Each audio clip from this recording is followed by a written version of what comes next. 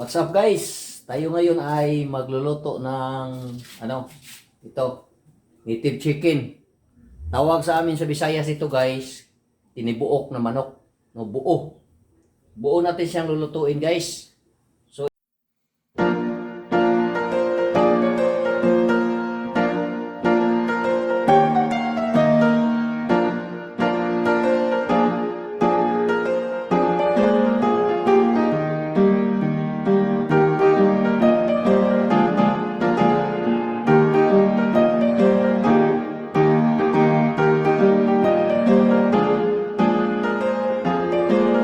mga ricados natin guys. Yung gabi hindi pa babalutan at saka yung luya. Kamatis. Kamatis para medyo maasim. Saka yung luya maanghang. Itong bawang. At sibuyas Bombay. Ito. Sibuyas Bombay. At sili. Hindi ko dinamihan guys kasi hindi nagugustuhan ng misis ko ang sobrang tapang ng umaanghang. Saka yung sibuyas. Hindi pa nababalik ang sino ang inutusan ko guys na magkuha ng lemongrass. Kaya ito lang. Ito na, inhanda ko na ang ating pinakakuluan ko na. So bago ito guys, para malinis ito ng masyado, ating susunugin yung mga pinakamaliit na balahibo, yung hindi na halos makikita ng ating mata. Pamagitan ng torch. Ito guys, gamitan natin ito guys para magkukuha yung balahibo at saka langsa ng katawan. Alam mo guys, kahit naliligo itong manok, hindi to masyadong nakukuha ng mga dumi ang kanyang katawan kasi may balahibo. Kaya lilinisin natin maigi para hindi maglangsa ang ating niluto. At saka makukuha yung lahat ng mga maliliit na balahibo. So, ito lang paraan guys, gamitan lang ng torch. Pero nung kaunahang panahon, yung dahon ng niyog. O di kaya kahoy. Paggawa ng apoy, pagkatapos isa lang ito.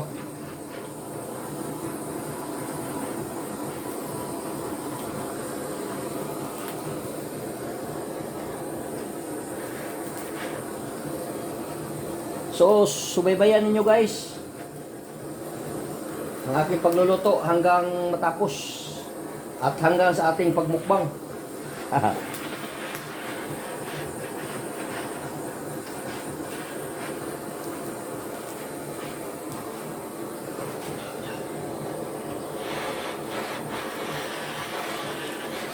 Bumabango na guys. May aroma lumalabas kapag nasunog ang kanyang balat.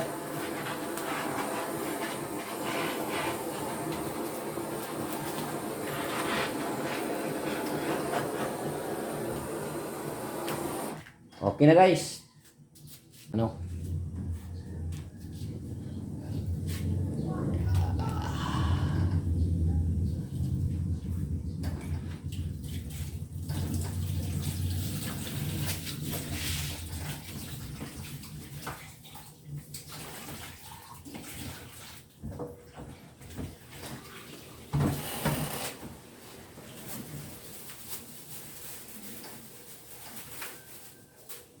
At saka guys, itong asin guys. Itong asin ating gamitin sa kanyang katawan para makuha yung mga dumi-dumi. Ito.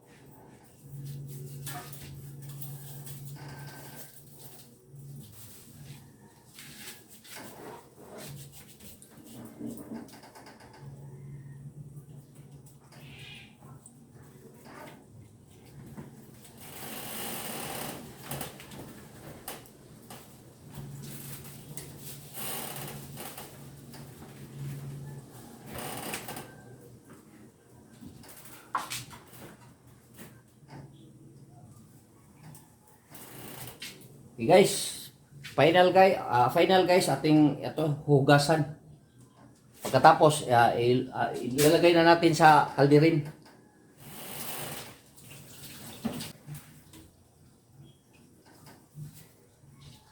Ito na guys, ang buong chicken.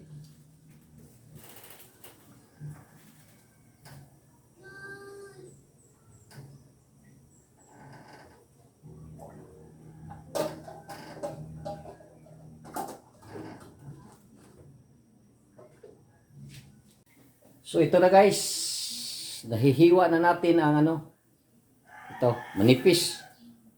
Para mag-gel siya sa sabaw, lumapot ang sabaw, so napakasarap. At saka guys, sabay na ito natin ito, ang luya.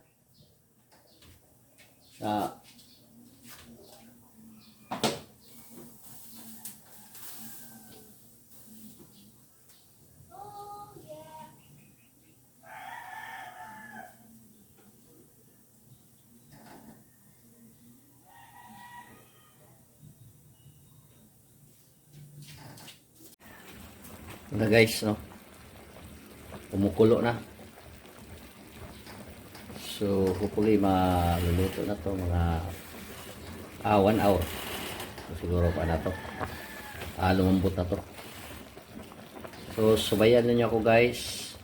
And thank you for your salamat sa iyong pagpanood. At wala pa nag-subscribe, sana mag-subscribe kayo, mag-like at mag-share.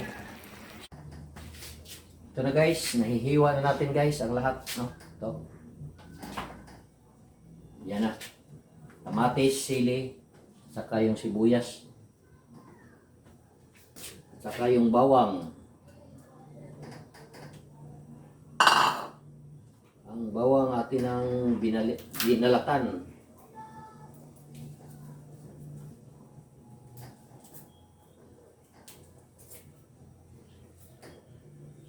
So ngayon guys, atin itong sasali na sa Ito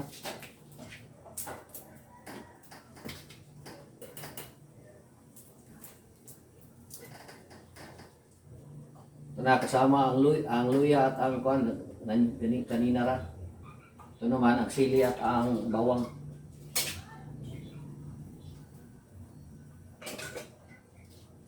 At saka yung tamatis.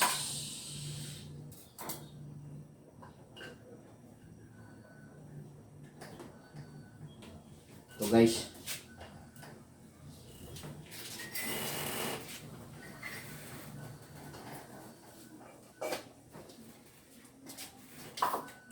Ang sibuyas, yung pinakapuno niya. Ito yung dahon, pag malapit ng mahain. Para mas mabango. Ito guys.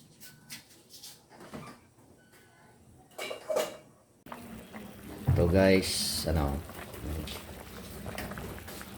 kumukulo na guys, malapit na ito guys. Tingnan nyo. Yung isa guys, batikulon yan guys. Ang nasa may puwitan, batikulon. Kasama ang atay. Masarap yan guys. So mga siguro 45 minutes guys, okay na to. Pwede na to lantakan. Kumukulo ko na.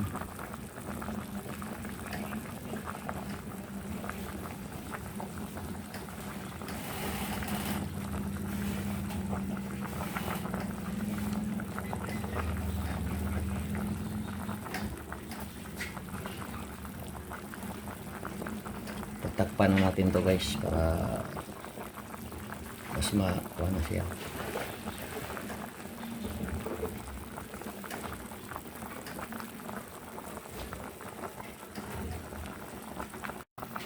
So guys, change position ko guys kasi maliit itong ating lutuan. Yung paa kanina hindi na talagang nang abot ng sabaw. So ngayon pinaupo ko na, kanina nakahiga. So ngayon pinaupo ko na.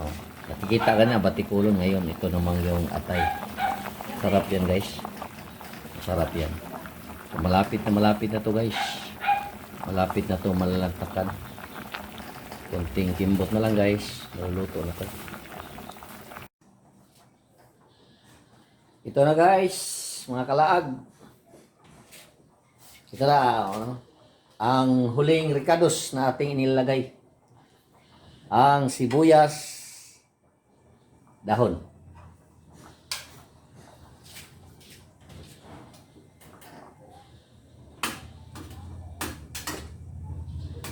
Tinikman ko na kanina guys. Talagang masarap na.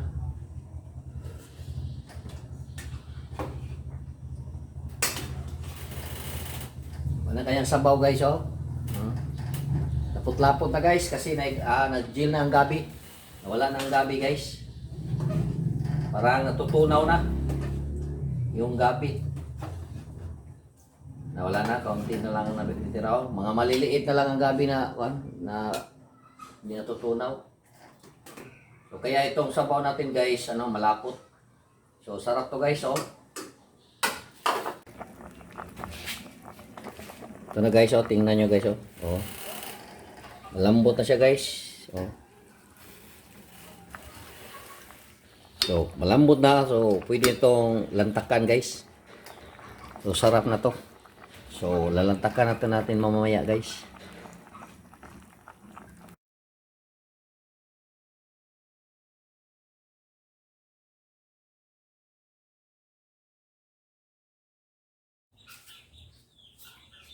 So what's up guys? Hello guys, what's up? Tayo ay kumakain na. Tapos nang maluto natin ang ating ulam. So ngayon tayo ay kumakain na naman. So sana guys, samahan niyo ako. Magmukbang tayo. So bago ang lahat guys, magpapasalamat tayo ng Panginoong Diyos sa biyayang ibinigay sa atin. Sa lahat ng mga ibinigay sa atin. Mula noon hanggang ngayon, hindi tayo pinagkaitan ng Panginoong Diyos sa grasya, no? Nabubuhay tayo at nakakain. So, Father, Son, Holy Spirit, Amen. Thank you, Lord, for this food with all to receive from thy bounty through Christ our Lord. Amen. So, ito na guys. Tikman natin guys ang yung kanin ko guys, mais to. Alam nyo guys, ang mais sa Visayas guys, pag medyo matanda na tayo guys, dito sa amin, pag medyo matanda na mais na kinakain, pero at least sugar to guys. So kahit marami mo makakain, at least ang sugar na matitake mo. So ito, mais ating kinakain. So sarap to guys. Kasama ang ating sabaw.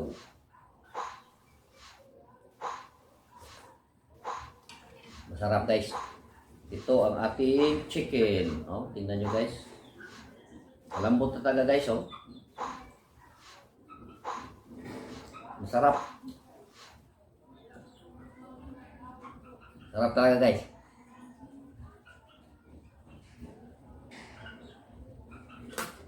Saka itong mais natin guys.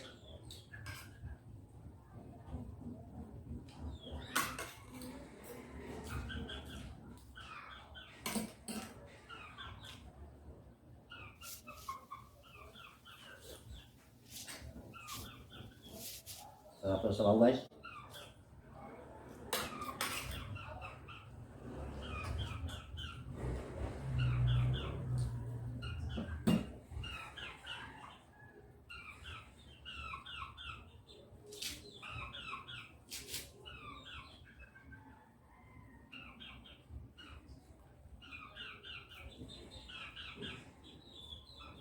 Masarap yung native chicken guys. Kumpara sa ating mga 35 days na banquet.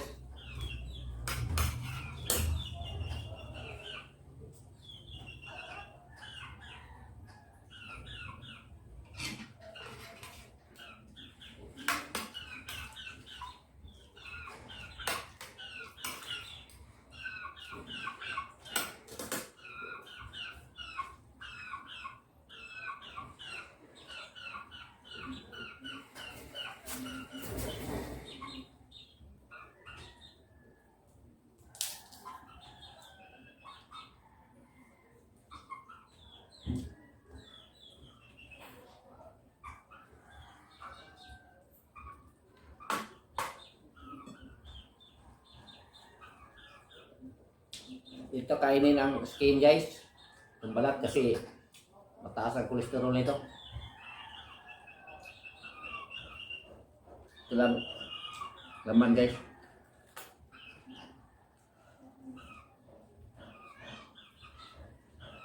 Manamis-namis guys.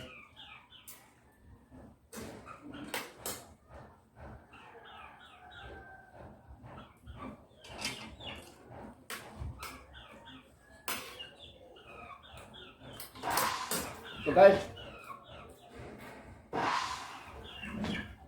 sarap ng coke guys na mainit na ano, sabaw, pag ito.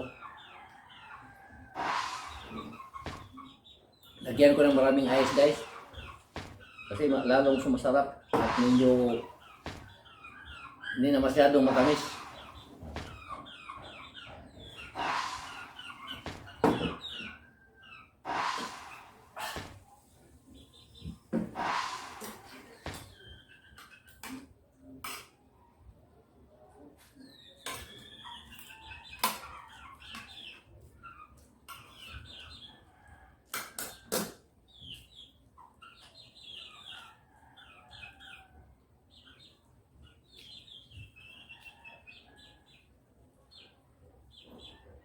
Tamang-tama ang kanyang lambot guys oh. Mga 7 months na to ya guys. 7 months na to yung chicken ko.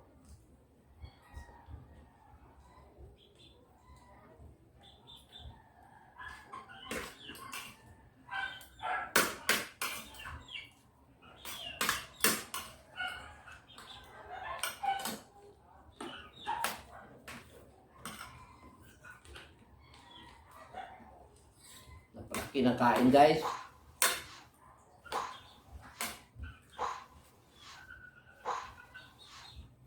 So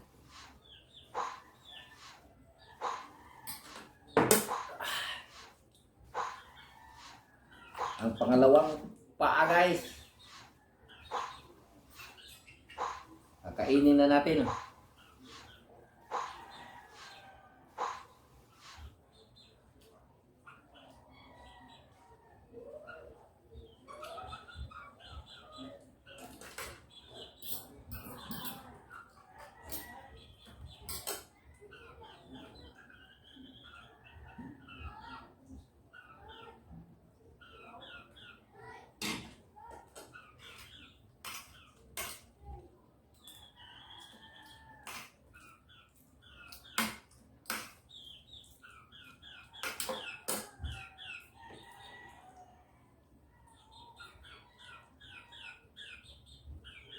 Ito guys, balat guys. Dito kasama guys, papuntang tiyan. Ang balat kasi magdulot ito ng mataas na kolesterol sa ating katawan.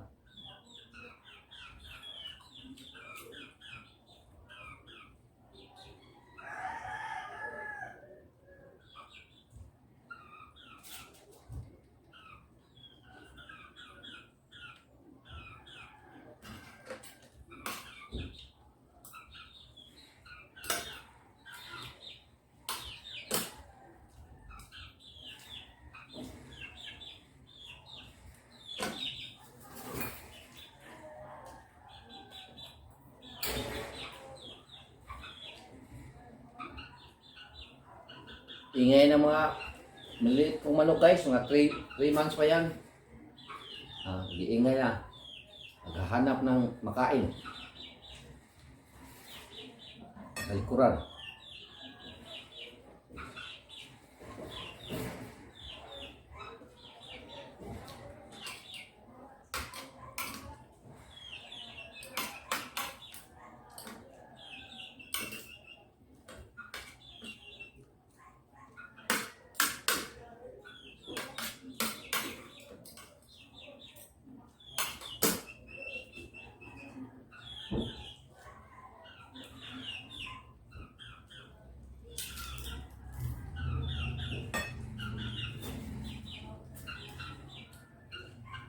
Thank you guys for watching.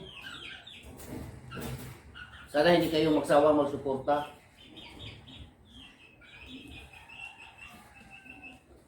Sana palagi niyo suportahan ang channel ko. Maraming salamat. Pa-shout out kay Kang Negro Fishing. Lilia Vlogs. At marami pang iba. Bert Pipito.